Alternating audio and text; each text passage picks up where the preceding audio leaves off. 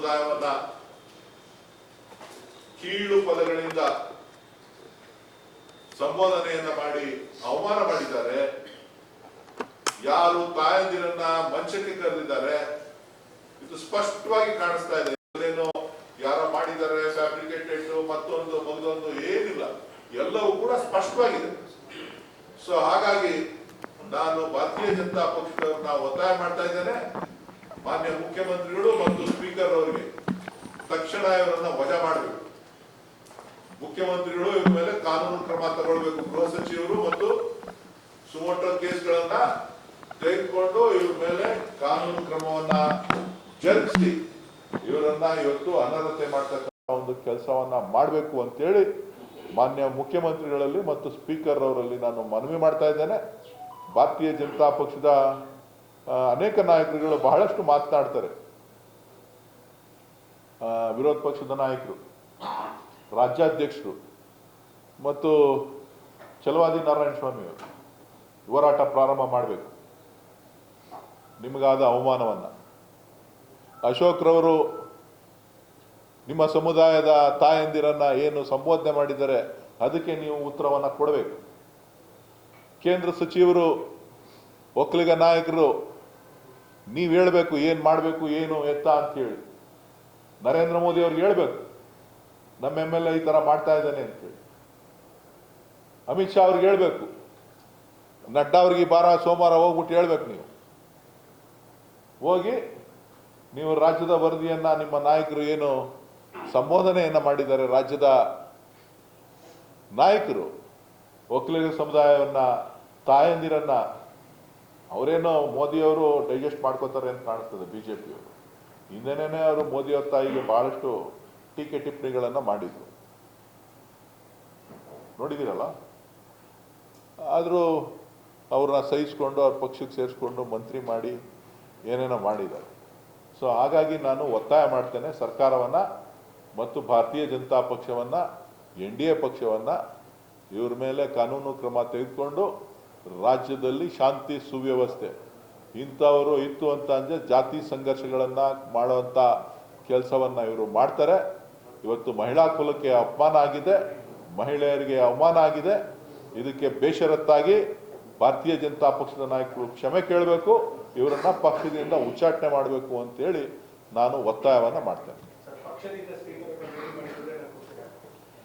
ಅದ್ರ ಬಗ್ಗೆ ಪಕ್ಷ ತೀರ್ಮಾನ ಮಾಡ್ತದೆ. ಯಾಕಂತ ಅಂದ್ರೆ ಸಂವಿಧಾನದ ಹೆಸರಿನಲ್ಲಿ ಇವರು ಪ್ರಮಾಣವನ್ನ ತೆಗೆದುಕೊಂಡಿದ್ದಾರೆ.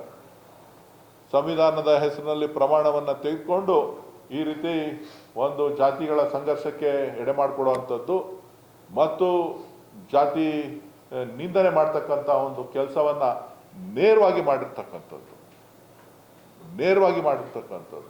ಇದು ಸ್ಪೀಕರ್ ಅವರು ಕೂಡ ಗಮನ ಹರಿಸಬೇಕು. ಬಹುಶಃ ನಮ್ಮ ರಾಜ್ಯಪಾಲರು ಕೂಡ ಸಂವಿಧಾನವನ್ನ ಕಾಪಾಡ್ತಕ್ಕಂಥವ್ರು, ಅವರು ಕೂಡ ಇದಕ್ಕೆ ಪ್ರವೇಶ ಮಾಡ್ತಾರೆ ಅಂತ ಹೇಳಿ ನಾನು ಭಾವಿಸ್ಕೊಂಡಿದ್ದೆ.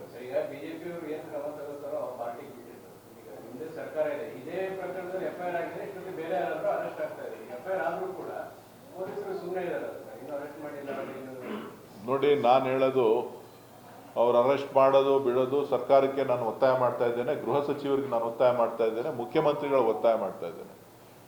ಇದು ನಿರ್ದಾಕ್ಷಿಣ್ಯವಾಗಿ ಅವರನ್ನ ಕೂಡಲೇ ಅವ್ರ ಮೇಲೆ ಕಾನೂನು ಕ್ರಮನ ತೆಗೆದುಕೊಳ್ಬೇಕು. ಯಾವ್ಯಾವ ರೀತಿಯ ಒಂದು ಆರೋಪಗಳಿದೆ ಆ ಆರೋಪಗಳನ್ನ ಇವತ್ತು ಜನರಿಗೆ ಒಂದು ನಿಮ್ಮ ಮೇಲೆ ಸರ್ಕಾರದ ಮೇಲೆ ವಿಶ್ವಾಸ ಬರಬೇಕು ಅಂತ ಅಂದ್ರೆ ಎಲ್ಲರಿಗೂ ಕೂಡ ಒಂದೇ ನ್ಯಾಯ ಸಿಗ್ತದೆ ಅನ್ನೋದು ಏನಾರು ಆಯಿತು ಅಂತಂದ್ರೆ ಈ ಜಾತಿ ನಿಂದನೆಯ ಆರೋಪ, ಹೆಣ್ಣು ಮಕ್ಕಳನ್ನ ತುಚ್ಛವಾಗಿ ನೋಡಿರ್ತಕ್ಕಂಥದ್ದು ಮತ್ತು ಸಮಾಜಗಳ ಮಧ್ಯೆ, ಜಾತಿಗಳ ಮಧ್ಯೆ ಒಂದು ವಿಷ ಬೀಜವನ್ನ ಬಿತ್ತಕ್ಕಂಥ ಏನು ಪ್ರಯತ್ನ ನಡೆದಿದೆ, ಇದೆಲ್ಲದರ ಮೇಲೆ ಕ್ರಮವನ್ನ ತೆಗೆದುಕೊಳ್ಬೇಕು ಅಂತ ಹೇಳಿ ಒತ್ತಾಯ ಮಾಡ್ತಾರೆ.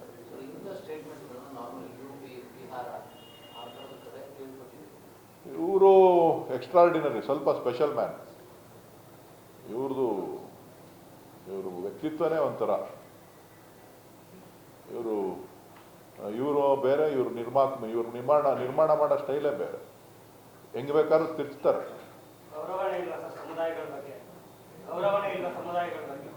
ಜಾತಿ ಒಕ್ಕಲಿಗರನ್ನ ಎಷ್ಟು ಕೀಳಾಕೊಂಡಿದ್ದಾರೆ, ದಲಿತರ ಓಟ್ ಬೇಕು, ಒಕ್ಕಲಿಗರ ಓಟ್ ಬೇಕು, ಒಕ್ಕಲಿಗರ ಓಟ್ ಬೇಕು ಅಂತ ಇನ್ನೊಬ್ರ ಹತ್ರ ಕಾಲ್ ಕಟ್ಕೋತಾರೆ. ಈಗ ಒಕ್ಕಲಿಗರನ್ನ ಅಳಿಸ್ತಾರೆ, ಒಕ್ಕಲಿಗರ ಹೆಣ್ಮಕ್ಳನ್ನ ತಾಯಂದಿರನ್ನ, ಅದು ನಿಮ್ ತಾಯಿನ ಕಳಿಸೋ ಮಂಚಕ್ಕೆ ಅಂತ. ಎಷ್ಟು ಸರಿ ನಾನು ಮಾಧ್ಯಮದವ್ರನ್ನ ಕೇಳೋದಿಷ್ಟೇ, ನೀವು ಬೇರೆ ಬೇರೆ ಪ್ರಕರಣಗಳನ್ನ ಯಾವ ರೀತಿ ಪ್ರತಿಬಿಂಬಿಸ್ತೀರೋ ಅದಕ್ಕಿಂತ ಹೆಚ್ಚಾಗಿ ಇಂಥ ಸಮಾಜಘಾತಕ ವ್ಯಕ್ತಿಗಳ ವಿರುದ್ಧ ಎಚ್ಚೆತ್ತು ನೀವು ಜನಜಾಗೃತಿಯನ್ನ ಮೂಡಿಸ್ಬೇಕು.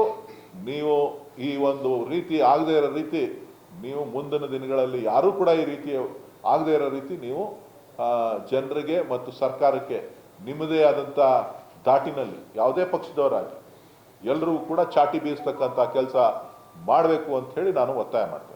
ಈ ಹಿಂದೆ ಎಲ್ಲ ಅನುದಾನ ತಡೆ ಹಿಡಿದಿದ್ದಾರೆ, ಡಿ.ಕೆ. ಬ್ರದರ್ಸ್ ಅಂತ ಬಂದು ಕಾಲಿಗೆಲ್ಲ ಬಿಡುವಂತದೆಲ್ಲ ಮಾಡಿದ್ರು. ಸೊ ಅದಕ್ಕೂ ಇದಕ್ಕೂ ನೋಡ್ಕೊಂಡಾಗ ಇವರು ಯಾವ ಗುತ್ತಿಗೆದಾರ ಪರ ಇದ್ದಾರ, ಇದು ನೋಡಿದಾಗ ಏನಾಗ್ತದೆ ಸರ್? ಇಲ್ಲ, ಈಗಾಗಲೇ ಲೋಕಾಯುಕ್ತದಲ್ಲೂ ಕೂಡ ಕಂಪ್ಲೇಂಟ್ ಇದೆ. ಲೋಕಾಯುಕ್ತ ಕೂಡ ಒಂದು ವರದಿ ಕೊಟ್ಟಿದ್ದಾರೆ. ಸೊ ಗುತ್ತಿಗೆದಾರರು ಯಾವ ರೀತಿ ಯಾವುದಕ್ಕೋಸ್ಕರ ಕೆಲಸ ಮಾಡ್ತಾರೆ ಅವ್ರು ಏನು ಅಂತ. ಅವರು ಮೂಲತಃ ಗುತ್ತಿಗೆದಾರರು, ಜೊತೆಗೆ ಸಿನಿಮಾ ಪ್ರೊಡ್ಯೂಸರ್. ಏನಾರ ಜಾಸ್ತಿ ಮಾತಾಡಿದ್ರೆ ಸಿನಿಮಾ ಡೈಲಾಗ್ರಿ ಅಂದ್ಬಿಡ್ತಾರೆ, ನೀವು ಸುಮ್ಮನೆ ಆಗೋಗ್ಬೇಕಾಗ್ತದೆ.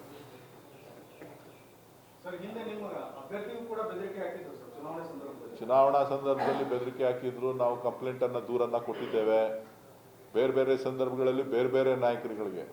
ಇದು ಬಹುಶಃ ಇವನು ಒಬ್ಬ ಧೈರ್ಯ ಮಾಡಿ ಈಚೆ ಬಂದಿದ್ದಾನೆ. ಇನ್ನು ಮಿಗ್ದಂಥ ಅಧಿಕಾರಿಗಳ ಪರಿಸ್ಥಿತಿ ಅಂತೂ ಹೇಳಲಿಕ್ಕೆ ಸಾಧ್ಯ ಇಲ್ಲ. ಅದನ್ನ ನೀವು ಅಧಿಕಾರಿಗಳನ್ನ ವೈಯಕ್ತಿಕವಾಗಿ ಭೇಟಿ ಮಾಡಿ ನೀವು ಏನಾದರೂ ಕೇಳಿದ್ರೆ ನಿಮ್ಗೆ ಇನ್ನೊಂದಷ್ಟು ಮಾಹಿತಿಗಳು ಸಿಗ್ತದೆ. ಎಲ್ಲ ಒಂದು ಕಡೆ ಮಾಧ್ಯಮಗಳು ಕೂಡ ಹಿಂದೆ ಸರಿಯುವಂಥ ಪರಿಸ್ಥಿತಿಯನ್ನು ನಾನು ನೋಡಿದ್ದೇನೆ. ಅವರು ಮಾಧ್ಯಮದ ಮಾಲೀಕರು, ಆ ಮಾಲೀಕರಾಗಿರೋದ್ರಿಂದ ಆ ಮಾಧ್ಯಮಗಳ ಮೇಲೆ ಅವ್ರ ಮೇಲೆ ನಾವು ಹೆಚ್ಚು ಪ್ರಸಾರ ಮಾಡಲಿಕ್ಕಾಗೋದಿಲ್ಲ ಅಂತಕ್ಕಂಥದ್ದು. ನನಗೆ ಅವ್ರು ಯಾವ ಮಾಧ್ಯಮಕ್ಕೆ ಮಾಲೀಕರ ನನಗೆ ಗೊತ್ತಿಲ್ಲ. ಆದರೆ ನ್ಯಾಯ ಎಲ್ರಿಗೂ ಒಂದೇ. ಶಾಸಕಾಂಗ, ನ್ಯಾಯಾಂಗ, ಕಾರ್ಯಾಂಗ, ಪತ್ರಿಕಾ ರಂಗ ಎಲ್ಲದಕ್ಕೂ ಕೂಡ ಒಂದೇ ಆಗಿರೋದ್ರಿಂದ ಆ ಗೌರವವನ್ನು ಎತ್ತಿಡಿಯುವಂಥ ಕೆಲಸ ತಾವುಗಳು ಮಾಡ್ತೀರಿ ಅಂತಕ್ಕಂಥ ವಿಶ್ವಾಸ ನನಗಿದೆ. ನನ್ನ ಹತ್ರ ಅನೇಕರು ತೋಡ್ಕೊಂಡಿದ್ದಾರೆ. ಆ ವಿಚಾರಗಳನ್ನು ನಾನು ಇಲ್ಲಿ ಬಹಿರಂಗಪಡಿಸಲಿಕ್ಕೆ ಸಾಧ್ಯ ಇಲ್ಲ.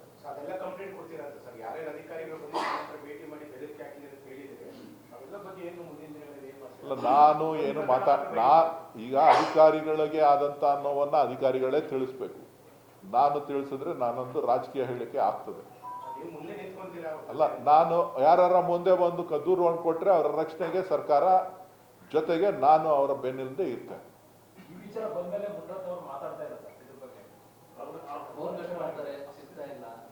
ನನಗೆ ಅವ್ರ ಬಗ್ಗೆ ಮಾಹಿತಿ ಇಲ್ಲ.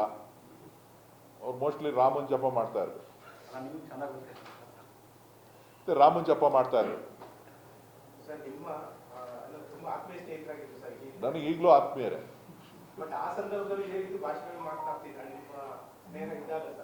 ನನ್ನ ಸ್ನೇಹ ಇದ್ದಾಗ ನಾನು ಈ ತರದ ಭಾಷೆಗಳನ್ನ ನಾನು ಕೇಳಿಲ್ಲ ವೈಯಕ್ತಿಕವಾಗಿ. ಜನ ಹೇಳೋರು ಬಹಳ ತುಚ್ಛವಾಗಿ ಮಾತಾಡ್ತಾರೆ ಅಂತ ಹೇಳಿ, ಆದರೆ ನನ್ನ ಮುಂದೆ ಯಾವತ್ತೂ ಈ ರೀತಿ ಆಗಿರಲಿಲ್ಲ. ಅಲ್ಲ, ಬಿಜೆಪಿನಲ್ಲಿರೋ ಸಂಸ್ಕೃತಿನೇ ಇದ ಅಂತ ಪ್ರಶ್ನೆ ಮಾಡ್ಬೇಕಾಗ್ತದೆ.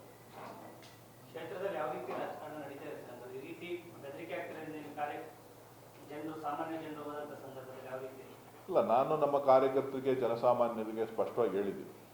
ನಾನು ಅಧಿಕಾರದಲ್ಲಿ ಇರ್ಬೋದು ಅಥವಾ ಇಲ್ಲದೆ ಇರ್ಬೋದು, ಯಾವುದೇ ಸಂದರ್ಭದಲ್ಲಿ ಕಾರ್ಯಕರ್ತರಿಗಾಗಲಿ ನಾಗರಿಕರಾಗಲಿ ಏನೇ ತೊಂದರೆ ಆದರೂ ಕೂಡ ನಾನು ನಿಮ್ಮ ಜೊತೆ ನಿಲ್ತೇನೆ ಅಂತಕ್ಕಂಥ ಮಾತನ್ನು ಸ್ಪಷ್ಟವಾಗಿ ನಾನು ಸೋತ ದಿನದಿಂದ ಹೇಳಿದು ಇವತ್ತಿನವರೆಗೂ ಹೇಳ್ತಾ ಇದ್ದೀನಿ. ಯಾರು ಕೂಡ ಅದ್ರ ಬಗ್ಗೆ ಹೆದರುವಂಥದ್ದಾಗಲಿ ಬೆದರಿಕೆ ಎದುರಿಸ್ಕೊಳ್ಳುವಂಥದ್ದಾಗಲಿಲ್ಲ. ಅದು ಅವ್ರ ಕಾಲ ಇತ್ತು, ಅವ್ರ ಸರ್ಕಾರ ಇತ್ತು, ಅವ್ರ ಪೊಲೀಸ್ ಸ್ಟೇಷನ್ಗಳಿತ್ತು. ದಿನ ಬೆಳಗ್ಗೆ ಇದ್ರೆ ಕೇಸ್ಗಳು ಹಾಕ್ಸ್ತಾ ಇದ್ರು, 108 ಕೇಸ್ಗಳು ಹಾಕ್ಸ್ತಾ ಇದ್ರು. ಒಬ್ಬೊಬ್ಬರ ಮೇಲೆ ರೇಪ್ ಕೇಸ್ಗಳು ಹಾಕ್ಸೋರು, ಗಾಂಜಾ ಕೇಸ್ಗಳು ಹಾಕ್ಸೋರು, ಇವರೇ ಮಚ್ಚು ಇದು ಇಟ್ಬಿಡೋರು, ಅವ್ರ ಮನೆ ಮೇಲೆ ಏನೋ ಇಟ್ಬಿಡೋರು ಎಲ್ಲ ಬೇಕಾದಷ್ಟು. ಆದರೆ ಈಗ ಅದಕ್ಕೆಲ್ಲ ನಾವು ಅವಕಾಶ ಕೊಡೋದಿಲ್ಲ. ಇಲ್ಲ, ಒಂದು 5-6 ತಿಂಗಳು ಏನಂದೆ ನನ್ನನ್ನು ಭೇಟಿ ಮಾಡಿದ್ರು. ನನಗೆ ತೊಂದರೆ ಆಗ್ತಾ ಇದೆ ಅಂತೇಳಿ ಅಧಿಕಾರಿಗಳಿಗೆ ತಿಳಿಸ್ತೀನಿ ಅಂತ ಹೇಳಿದ್ದೆ. ನಾನು ಮನವಿ ಮಾಡ್ತೀನಿ ನಾನು ಕೂಡ ಅಂತೇಳಿ. ಅದು ಬಿಟ್ಟರೆ ಅದಾದಮೇಲೆ ನನ್ನ ಹತ್ರ ಏನು ಭೇಟಿ ಮಾಡಿಲ್ಲ. ಸರ್, ಮುನಿರತ್ನ ವಿಚಾರದಲ್ಲಿ ಏನೇ ಒಂದು ಆರೋಪಗಳು ಬಂದರೂ ಕೂಡ ಅವ್ರು ಹೇಳೋದೊಂದೇ, DK ಬ್ರದರ್ಸ್ ಅವರೇ ನನ್ನ ಮೇಲೆ ಮಾಡಿಸಿರೋದು ಅಂತೇಳಿ. ಈ ಮಾತು ಮುದ್ದೆ ಕೂಡ ಬಂದೇ ಬರುತ್ತೆ ಸರ್. ನೋಡ್ರಿ, DK ಬ್ರದರ್ಸ್ನ ರಾಜ್ಯದಲ್ಲಿ ಕೆಲವು ನಾಯಕರುಗಳನ್ನ ನೆನೆಸ್ಕೊಳ್ಳಿಲ್ಲ ಅಂತ ಅಂದರೆ ಅದು ಇದು ಎರಡೂ ಆಗಲ್ಲ. ಇದು ಆಗಲ್ಲ, ಇದು ಆಗಲ್ಲ. ಮೂರನೇದಿದೆ, ಅದು ಆಗೋದೇ ಇಲ್ಲ, ವರ್ಕ್ ಆಗಲ್ಲ. ನೀವೇ ಚೆಕ್ ಮಾಡ್ಕೋಬೇಕು. ಗ್ರಾಮಾಂತರ ಸಂಸದರು ಬಿಜೆಪಿ ಗೆದ್ದಾದ್ಮೇಲೆ ಶುರು ಮಾಡಿದ್ದಾರೆ. ನನಗೆ ಗೊತ್ತಿಲ್ಲ, ನನಗೆ ಅದ್ರ ಬಗ್ಗೆ ಮಾಹಿತಿನೂ ಇಲ್ಲ. ನನಗೆ ನಿನ್ನೆ ಸಂಜೆ ಈ ವಿಚಾರ ಗೊತ್ತಾಯಿತು. ನಿನ್ನೆ ಸಾಯಂಕಾಲ 5-6 ಗಂಟೆನಲ್ಲಿ ಈ ವಿಚಾರ ತಿಳಿತು, ಈ ಥರ ಹಿಂಗೆ ಅಂತ ಹೇಳ್ಬಿಟ್ಟು. ಅದಾದ ಮೇಲೆ ನಾನು ಕೆಲವು ದಾಖಲೆಗಳನ್ನು, ಕೆಲವು ವಿಚಾರಗಳನ್ನು ಕೇಳಿದಾಗ ಕೆಲವರು ಒಂದಷ್ಟು ಕೊಟ್ಟರು. ಆದರೆ ಅದೆಲ್ಲನೂ ಕೂಡ ಮುಖ್ಯ ಅಲ್ಲ. ಬಹುಶಃ ಇವತ್ತು ಹೆಣ್ಣುಮಕ್ಕಳನ್ನು ಮತ್ತು ದಲಿತ ಸಮುದಾಯವನ್ನು ಮತ್ತು ಜಾತಿಗಳ ಮಧ್ಯೆ ಯಾವ ರೀತಿ ವಿಷಬೀಜವನ್ನು ಬಿತ್ತುವಂಥ ಕೆಲಸ ಮಾಡ್ತಾರೆ ಅನ್ನೋದಕ್ಕೆ ಇದೊಂದು ಸ್ಪಷ್ಟ ಉದಾಹರಣೆ. ಈಗ ಅದು ಗುತ್ತಿಗೆದಾರರು ಹೇಳಿದ್ದಾರೆ, ಮೇನಲ್ಲಿ ಇದು ಆಗಿರೋದು ಇನ್ಸಿಡೆಂಟ್ ಆಡಿಯೋ ಅಂತೆಲ್ಲ ಕೂಡ. ಸೊ ಈಗ ಅದು ರಿಲೀಸ್ ಆಗ್ತಿರೋದು ನಾಗಮಂಗಲ ವಿಚಾರ, ಗಲಭೆ ವಿಚಾರ ಡೈವರ್ಟ್ ಮಾಡಕ್ಕೆ ಇದನ್ನ ಈಗ ಮುಂದೆ ತಂದಿರೋದು ಅಂತ. ಇಲ್ಲ, ಅದ್ರ ವಿಚಾರ ಗೊತ್ತೇ ಇಲ್ಲ. ನಾಗಮಂಗಲಕ್ಕೂ ರಾಜರಾಜೇಶ್ವರಿಗೂ ಎಲ್ಲಿದ್ದ ಸಂಬಂಧ? ನಾಗಮಂಗಲ ಗಲಾಟೆನೇ ಬೇರೆ, ಈ ವಿಚಾರನೇ ಬೇರೆ. ಅಲ್ಲಿ ಗಣೇಶ ಹಬ್ಬದ ಗಲಾಟೆ, ಇಲ್ಲಿ ಪ್ರಾಣ ಬೆದರಿಕೆ, ಕೊಲೆ ಬೆದರಿಕೆ.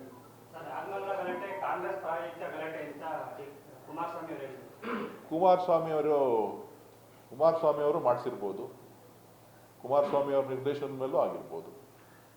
ಕುಮಾರಸ್ವಾಮಿ ಅವರು ಇಲ್ಲಿ ಅಶಾಂತಿ ಮೂಡಿಸ್ಬೇಕು ಅಂತಕ್ಕಂಥ ಭಾವನೆಯಿಂದ ಪ್ರತಿ ವಾರ ಬಂದು ಏನೇನೋ ಹೇಳಿಕೆ ಕೊಟ್ಟು ಹೋಗ್ತಾ ಇರ್ತಾರೆ. ಅದನ್ನು ನಾನು ಹೇಳ್ಬೋದಲ್ಲ. ಅಲ್ಲ, ಅವ್ರೇನು ಹೆಂಗೆ ಆರೋಪ ಮಾಡಿರ್ತಾರೆ, ನಾನು ಹಂಗೆ ಆರೋಪ ಮಾಡ್ತೀನಿ.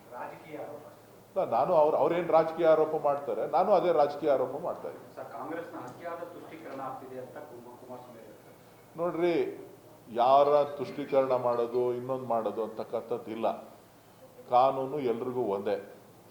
ನಾವು ಸರ್ವ ಜನಾಂಗದ ಶಾಂತಿಯ ತೋಟ ಅಂತೇಳಿ ಕುವೆಂಪುರವರ ಏನು ಕನಸಿದೆ, ಬಸವಣ್ಣವರ ತತ್ವಗಳೇನಿದೆ, ಬಾಬಾ ಸಾಹೇಬ್ ಅಂಬೇಡ್ಕರ್ ಅವರ ಆಶಯಗಳೇನಿದೆ, ಗಾಂಧೀಜಿಯವರ ಕನಸೇನಿದೆ, ಆ ಕನಸಿನ ಮೇಲೆ ಕಾಂಗ್ರೆಸ್ ಪಕ್ಷ ನಡೀತಾ ಇದೆ.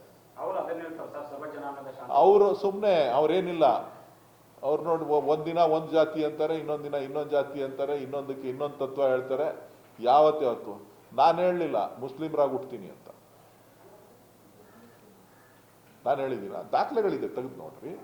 ಒಳ್ಳೆ ಚೆನ್ನಾಗಾಯ್ತಲ್ಲ. ಅಲ್ಲ, ದಾಖಲೆಗಳಿದೆ, ತೆಗೀರಿ. ನಾನು ಮಾಧ್ಯಮದವ್ರಿಗೆ ಪ್ರಶ್ನೆ ಕೇಳೋದು ಇಷ್ಟೇನೆ, ನೀವು ರಿವೈವ್ ಮಾಡಿ, ವಾಪಸ್ ಹೋಗಿ ಹಿಂದಕ್ಕೆ ಅವ್ರ ಹೇಳಿಕೆಗಳು ನೋಡಿ. ಒಂದು ದಿನ ಒಂದು ಹೇಳಿಕೆ ಕೊಟ್ಟರೆ ಇನ್ನೊಂದು ದಿನ ಇನ್ನೊಂದು ಹೇಳಿಕೆ ಕೊಟ್ಬಿಟ್ಟು ಮುಂದಕ್ಕೆ ಹೋಯ್ತಾ ಇರ್ತಾರೆ. ಯಾಕಂದ್ರೆ ನೀವೇನು ಕೇಳಲ್ಲ ಅವ್ರನ್ನ ಅಂತ, ದೊಡ್ಡವರು ಅಂತ. ಅವ್ರು ಏನ್ ಬೇಕಾದ್ರೂ ಹೇಳ್ಬೋದು. ಅವ್ರ ಹೇಳಿಕೆಗಳನ್ನ, ಪ್ರತಿಯೊಂದು ಹೇಳಿಕೆಗಳನ್ನ ಕಳೆದ 10-15 ವರ್ಷದ ರಾಜಕಾರಣದಲ್ಲಿ ಯಾವ್ಯಾವ ಸಂದರ್ಭದಲ್ಲಿ ಯಾವ್ಯಾವ ವಿಚಾರಗಳಿಗೆ, ಗಲಭೆ ವಿಚಾರಗಳಿಗಿರ್ಬೋದು, ಬಿಜೆಪಿಯವ್ರ ಮೇಲಿರ್ಬೋದು, ಭಾರತೀಯ ಜನತಾ ಪಕ್ಷದವ್ರ ಮೇಲಿರ್ಬೋದು, ಮತ್ತೆ ಮುಸಲ್ಮಾನರ ಮೇಲಿರ್ಬೋದು, ಇತರೆ ಜನಾಂಗಗಳ ಮೇಲಿರ್ಬೋದು, ಯಾವ ರೀತಿಯಾಗಿ ಹೇಳಿಕೆಗಳನ್ನು ಕೊಟ್ಟಿದ್ದಾರೆ. ನರೇಂದ್ರ ಮೋದಿ ಅವ್ರ ಮೇಲೆ ಏನು ಹೇಳಿದ್ದಾರೆ, ಅಮಿತ್ ಶಾ ಅವ್ರ ಮೇಲೆ ಏನು ಹೇಳಿದ್ದಾರೆ. ನಾನು ಹೇಳಿಲ್ಲಪ್ಪ. ನಾನಾಗ್ಲಿ, ಡಿ ಕೆ ಶಿವಕುಮಾರ್ ಅವರಾಗ್ಲಿ, ಅಮಿತ್ ಶಾ ಅವ್ರನ್ನಾಗ್ಲಿ, ನರೇಂದ್ರ ಮೋದಿ ಅವ್ರನ್ನಾಗ್ಲಿ ನಾವೇನು ತುಚ್ಛವಾಗಿ ನಾವೇನು ಮಾತಾಡಿಲ್ಲ. ಅವರೊಂದು ಸ್ಥಾನದಲ್ಲಿದ್ದಾರೆ, ಅವ್ರಿಗೆ ಗೌರವನ ಕೊಡಬೇಕಾಗ್ತದೆ. ಅವ್ರಿಗೆ ಗೌರವ ಕೊಡಲಿಲ್ಲ ಅಂತ ಅಂದ್ರೆ ಆ ಸ್ಥಾನಕ್ಕೆ ನಾವು ಗೌರವ ಕೊಡಬೇಕಾಗ್ತದೆ. ಸರ್, ಡಿ ಕೆ ಶಿವಕುಮಾರ್ ಅವರೇ ಅಲ್ಲ ಒಕ್ಕಲಿಗ ನಾಯಕ, ನಾನು ಒಕ್ಕಲಿಗ ನಾಯಕ ಅಂತ ಈ ಹಿಂದೆ ಕುಮಾರಸ್ವಾಮಿ ಅವರು ಹಲವು ಬಾರಿ ಹೇಳಿದ್ದಾರೆ. ಈಗ ಒಕ್ಕಲಿಗ ಸಮುದಾಯಕ್ಕೆ ಅವ್ರದೇ ಮೈತ್ರಿ ಪಕ್ಷದ ಶಾಸಕರೊಬ್ಬರು ಅವಹೇಳನವಾಗಿ ಮಾತಾಡಿರುವಂಥದ್ದು.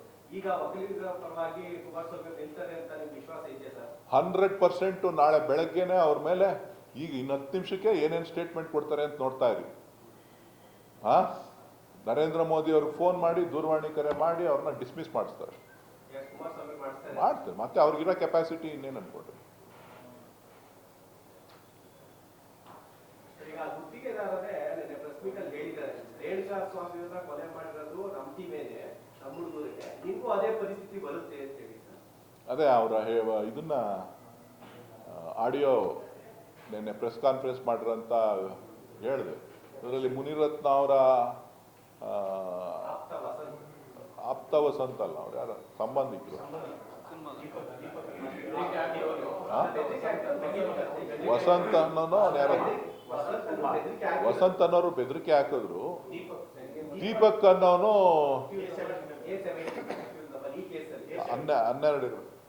12 15 ಎಷ್ಟೋ ಇರಬೇಕು ರೇಣುಕಾ ಸ್ವಾಮಿ ಪ್ರಕರಣದಲ್ಲಿ. ಅವನೇ ಎಲ್ಲಾನು ಕೂಡ ಮುನಿರತ್ನ ಅವ್ರಿಗೆ ಮೆಸೇಜ್ ಕೊಟ್ಟಿರೋದು ಅಂತೇಳಿ ಆರೋಪ ಇದೆ. 100% ಲಿಂಕ್ ಇದ್ದೇ ಇರ್ತದೆ. ಅದರಲ್ಲಿ ಸೈಲೆಂಟ್ ಸುಲಿನಲ್ಲಿ ಹೆಸರು ಹೇಳಿದ್ದಾರೆ. ಯಾವುದೋ ಒಂದು ಆಡಿಯೋ ನೆನಪಿದ್ಯಾ? ಕೇಳಿಸ್ಕೊಂಡಿದ್ದೀರಾ? ಯಾರ ರೌಡಿ ಸುನಿಲ ಅಂತ, ಅವನೇ ತಾನೇ ಸೈಲೆಂಟ್ ಸುಲಿನ ನೀವು ತೋರಿಸ್ತಾ ಇದ್ರಲ್ಲ. ನೀವು ದುಡ್ಡು ಕೊಡ್ಲಿಲ್ಲ ಅಂತ ಅಂದ್ರೆ ಅವ್ರಿಗೆ ಕೊಡ್ತೀವಿ ಅಂತ.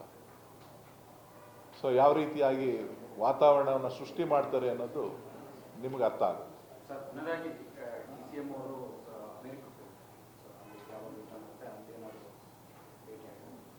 ಇಲ್ಲ, ಅಲ್ಲಿ ಖಾಸಗಿ ಭೇಟಿ, ಸುಮ್ಮನೆ ಮಾಧ್ಯಮಗಳಲ್ಲಿ ಅಲ್ಲಿ ಇಲ್ಲಿ ಬೇರೆ ಬೇರೆ ರೀತಿಯ ಪ್ರಚಾರಗಳು ಬರ್ತಾ ಇದೆ.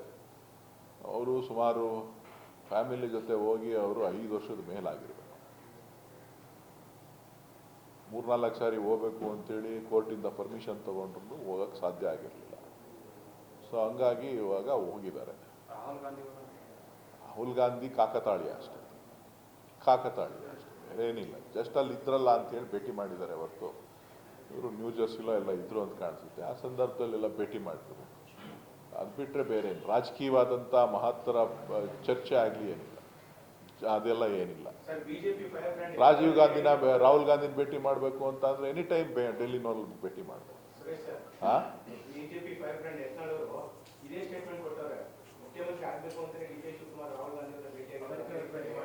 ಸುಪ್ರೀಂ ಕೋರ್ಟ್ ನಲ್ಲಿ ನಾನು ಹೋರಾಟ ಮಾಡ್ತೀನಿ, ಸಿಬಿಐ ಪ್ರಕರಣ ಸಂಬಂಧಪಟ್ಟ ಬೇಡ ಅಂತ ಹೇಳಿದವ್ರು ಯಾರ್ರಿ? ಅವ್ರಿಗೆ ಹೋರಾಟ ಮಾಡಬೇಡ ಅಂತ ಹೇಳಿದವ್ರ?